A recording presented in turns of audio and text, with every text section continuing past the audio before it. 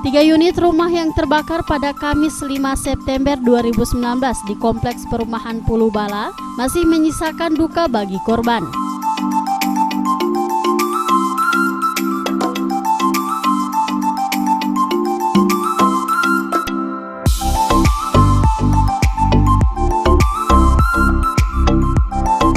Selang Januari hingga September 2019, terjadi 26 kali musibah kebakaran yang menghanguskan 95 unit rumah di Kota Gorontalo, terus menjadi perhatian pemerintah Kota Gorontalo dalam memberikan kebutuhan pokok para korban kebakaran.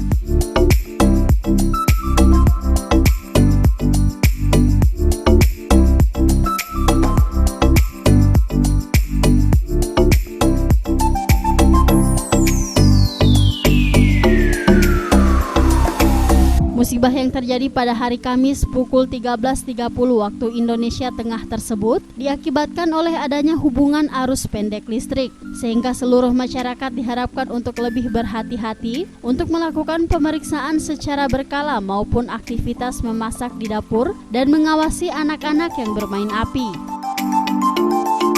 Kebakaran ini sudah berulang-ulang terjadi dan kami sudah banyak kali menghimbau kepada warga masyarakat agar hati-hati, apalagi di musim kemarau, kemudian musim angin kencang, sehingga jika ada kebakaran maka pasti akan menimbulkan banyak korban rumah maupun gedung atau apa saja, karena musim kemarau, musim kering seperti ini mudah aja setiap barang itu terbakar.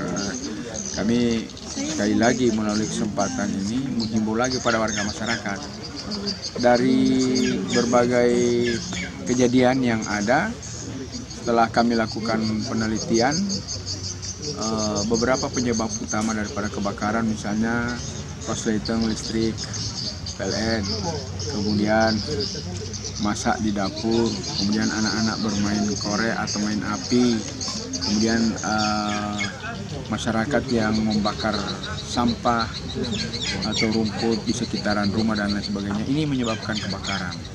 Maka tentunya sekali lagi saya selalu menghimbau kepada seluruh warga masyarakat hati-hati di musim kering, di musim kemarau seperti ini. Semua barang itu mudah terbakar.